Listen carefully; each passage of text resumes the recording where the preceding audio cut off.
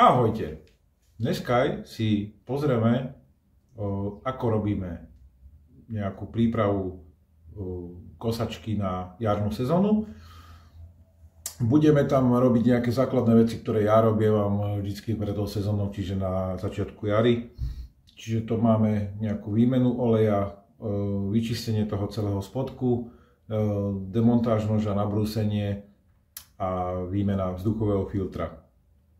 To sú také základné veci, ktoré robím. Samozrejme vymením palivo, čiže ak tam zostalo nejaké staré, to dám preč, odsajem a dám tam nové, pretože to oktanové číslo klesá a potom tá kosačka buď nechce štartovať, alebo proste potom všelijak kokce a tak. Mám na sebe tak dobrú mikinu, to je môj nový merch, takzvaná PUP na olej a všetko možné. A môžete si to niekde kúpiť, keby ste chceli, alebo vám také vyrobím. Máme tu kosačku nazvanú Rival Pro. Osobne si myslím, že nie je Pro a už vôbec nie je Rival, ale na to obyčajné kosenie to postačuje. Takže ideme na to. Ako prvé teda si dáme dole nož, aby sa nám, aj keď budeme vypúšťať olej, tak bude to pre tú nádobu lepšie sa tam zmestí. A za druhé budeme to čistiť, takže zoberieme si 17 orech. Môžeme si zobrať buď razový vyťahovák, alebo tu dáme do klasickej račni, alebo si zoberieme očkový kľúč.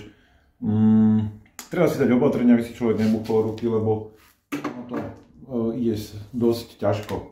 Takže pribíhneme si kosačku.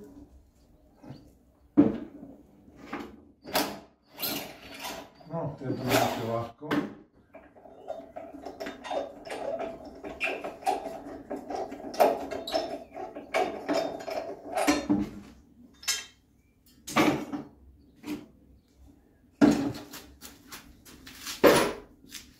Máme tu nož, ktorý je hodne opotrebovanom stave, ale ešte nejakú trávu poseká a myslím, že na budúci rok, keď kosačka prežije, tak budeme kupovať nový.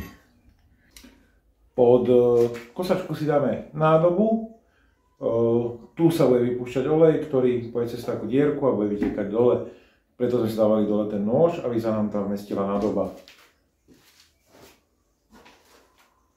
Toho oleju tam nejde veľa. Dáme si to takto, tú nádobu, pod tú kosačku. Kosačku máme mierne naklonenú. Smerom na nás.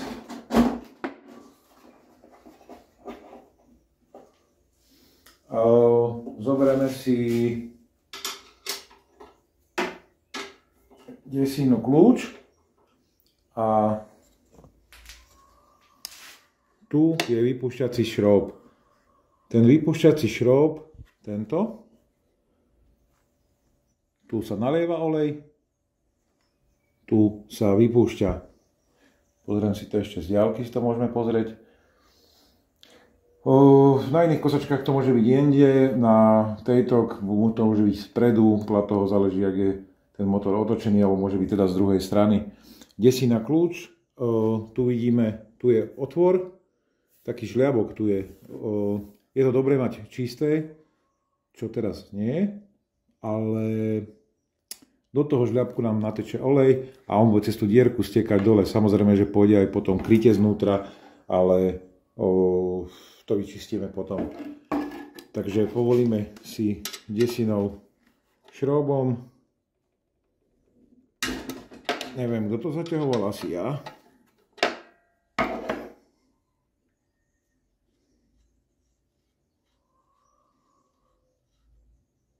Ono toho oleju bude vytekať viacej, ako bude stíhať cez ten žľabok tiecť. Hlavne, keď je ten olej studený. Ale my si to ucpeme, keď by náhodou tieklo veľa. No je vidno, že tento už má hodne za sebou.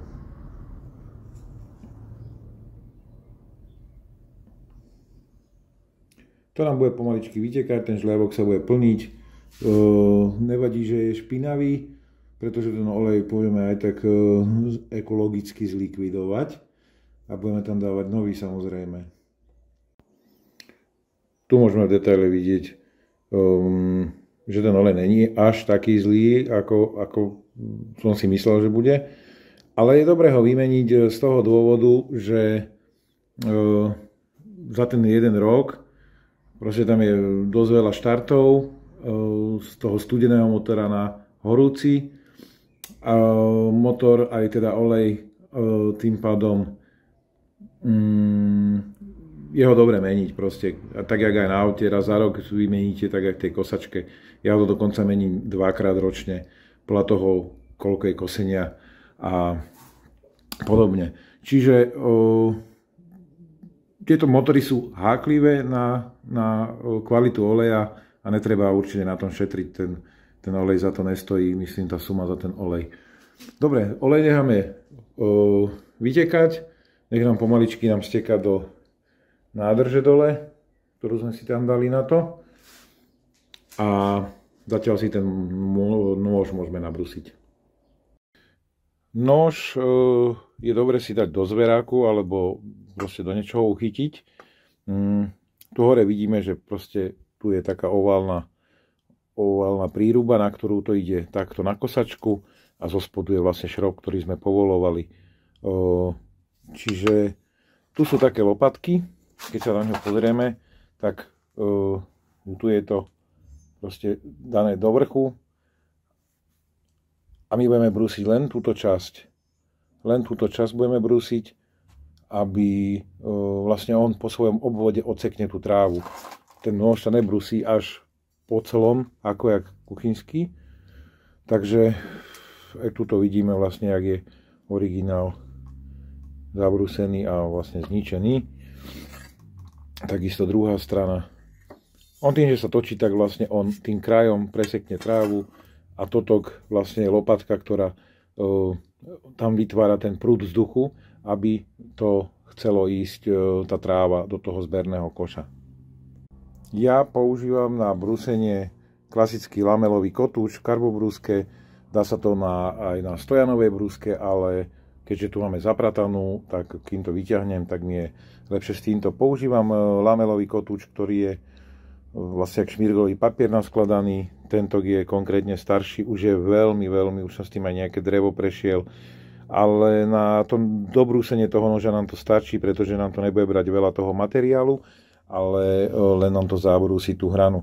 Tu vidíme pekne, odkiaľ je skosená tá hrana. Z druhej strany, keď sa pozrieme na, chcel som povedať ostrie, ale tupie toho noža, z tejto strany to je rovné, čiže zo spodu je to rovné a z vrchu je tá hrana skosená. My ju trošku prejdeme, aby sme spravili vlastne tú hranu ostrejšiu.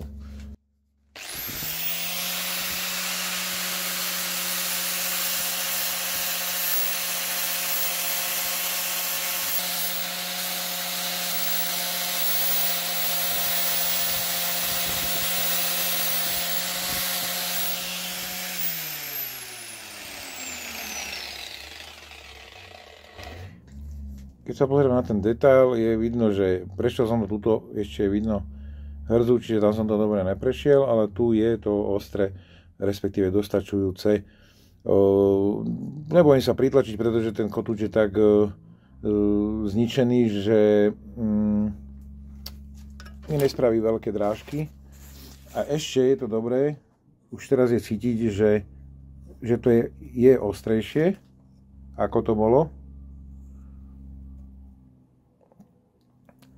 Ešte túto bude musieť prejsť. Najviac tá kosačka kosí tou prvou štvrtinou z toho noža. Už túto vlastne nemá čo kosiť, pretože jak to robí obvod pri tej rotácii toho noža, tak on túto seka trávu. Záleží od toho, jak rýchlo idete s tou kosačkou, tak podľa toho sa dostane až tie prvé trávy, ktoré on zobere a dáva do koša. Takže ja si ešte prebrusím túto jednu časť a prebrusím si to jemne zozadu, tak aby som vytvoril hladký povrch tento a tento skosený. to isté potom si spravíme na druhej strane. Medzi tým, jak sme brúsili nož, tak olej v podstate nám vytiekol. Máme ho tu v nádobe dole, není ho veľa, asi tak je to tam do 1 litra zhruba. Ešte môžeme po prípade nakloniť tú kosačku smerom na nás trochu, aby ten olej, ktorý tam je, vytiekol všetok, ale keď máte ešte čas, kľudne to nechajte stiecť. Ako je vidno, nabrúsil som nôž. Nabrúsil som ho v takom zmysle, že je dosť štrbatý už, čiže nejaké kamene a podobne. Dá sa spraviť to, že sa to zlízne, celá tá vrstva sa dá vlastne jedna preč. O tie zhruba na kamere to není tak vidno, ale je to zhruba 2 mm. Čiže ho zarovnám ho, bude trošku tenší, čiže túto vrstvu, ktorú som brúsil, dám celú, odrežem preč, zbrúsim a spravím na novo zase takýto tento šikmý a zo spodu rovno do hladka. Takže ten máme, nož, takisto druhú stranu máme, tá nebola až tak štrbavá. Hovorím, je to brúsenie také, že do ovocného sadu kosačka, nie je to na trávnik, proste anglický, a to si potrpí na každé stebielko. Je to kosačka na trávu, burinu a na všetko možné. Keď už sa bavíme o oleji do kosačky, ja osobne používam, či to je kosačka, či to mám záhradný traktor, používam od Castrolu Garden 4-takt 10V30. Olej nám už stiekol, už je v podstate všetek vonku, takže predtým, než nalejeme nový olej, základná vec, nezabudnúť zaskrutkovať ten vypúšťací šrob, lebo keď tam budete liať nový, tak samozrejme vám vytečie.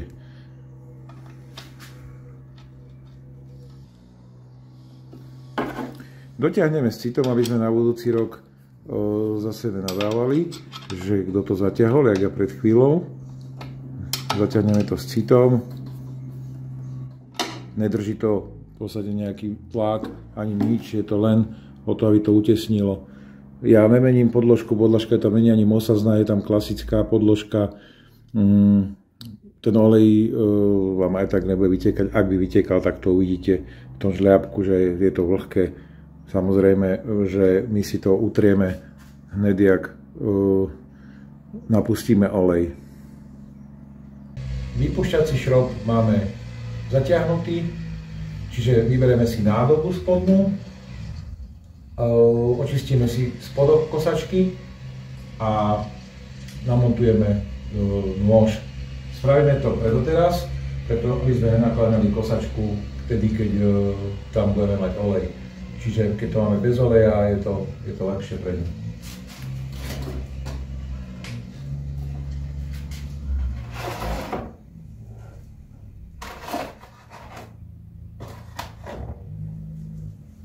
Je to dobré čistiť nejakým buď šrobovákom. Samozrejme, nová kosačka z toho nebude, ale to, čo ide dole, to dáme dole. Zase vidíme na ňom, kde je ten otlačený ten ovál, to ide hore a tu dole je gulaté, vidíme, že tam bola tá veľká podložka, ktorá to drží zo spodu, čiže takto tam bol. Takže si ho zoberieme, nakloníme a dáme ho, ten nôž, na tú prírubu. Proste začneme, len ho priložíme a zaťahujeme ho.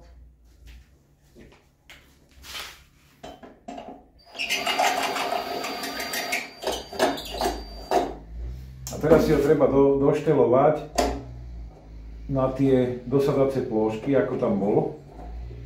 Lebo vtedy je vlastne vystredený. On ma tam zacvakne do toho a len to dotiahnete šrobom.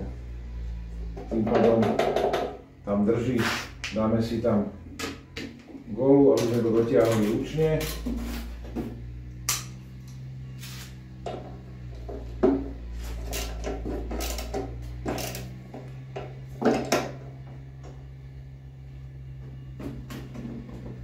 Chytíme ten nož s jednou rukou a s druhou rukou doťahujeme. No, očistíme si ten žľabok, ako som vám už povedal.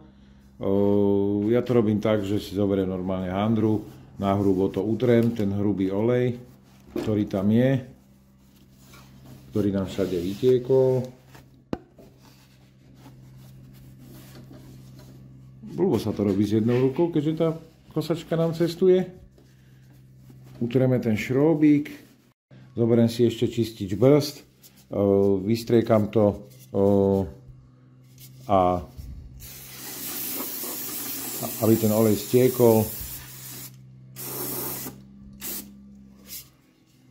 Zoberiem si ešte handričku, ešte to trochu utrem.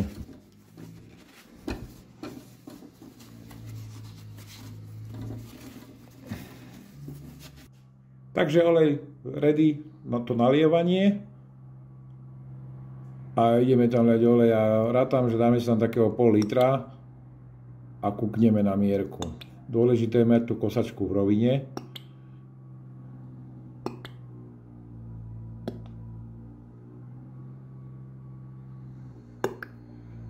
Čiže treba tam dať pol litra a potom dolievať, sledovať, ja neviem, mám tam 2,5 deci iba, takže môžeme ešte liať.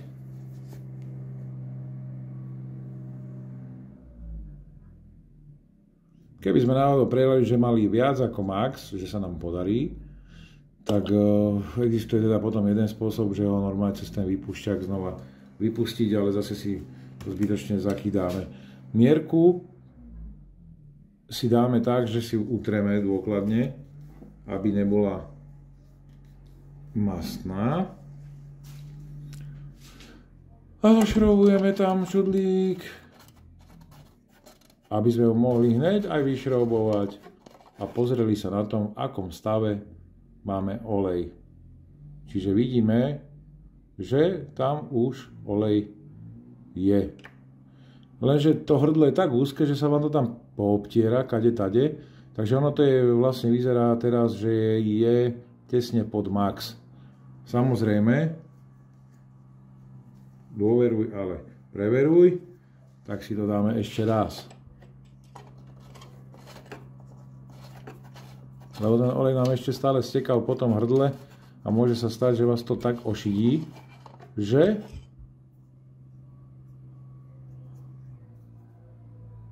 no.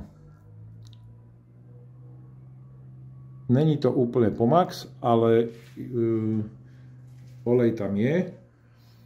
Ešte si ukážeme, kde sa nachádza vzduchový filter. Tam je to veľmi jednoduché, keďže sa len odistí páčkou a vymení.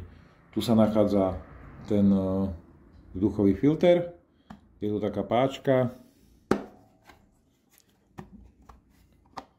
Otvoríte a tu je penový filter, molitanový, teda nie penový, ale molitanový filter, ktorý sa dá kúpiť druhý, vymeniť, alebo ho len vyčistíte od prachu, povysávate a môže tam ísť ďalej. V podstate zabraňuje len nečistotám hrubým, ktorým by sa tam dostali, čiže není to nejaký, že by to zabezpečovalo nejaké úplne jemné prachové častice, že by to zabezpečilo, aby sa tam nedostali. To sú asi také základné veci, ktoré na kosačke sme spravili, čiže výmena oleja, vyčistenie vzduchového filtra, nabrúsenie noža. Kosačka je tým pádom pripravená na jar, čiže môžeme začať kosiť a nezabudnúť skontrolovať ten olej po nejakých 2 minútach, jak to bude vrčať.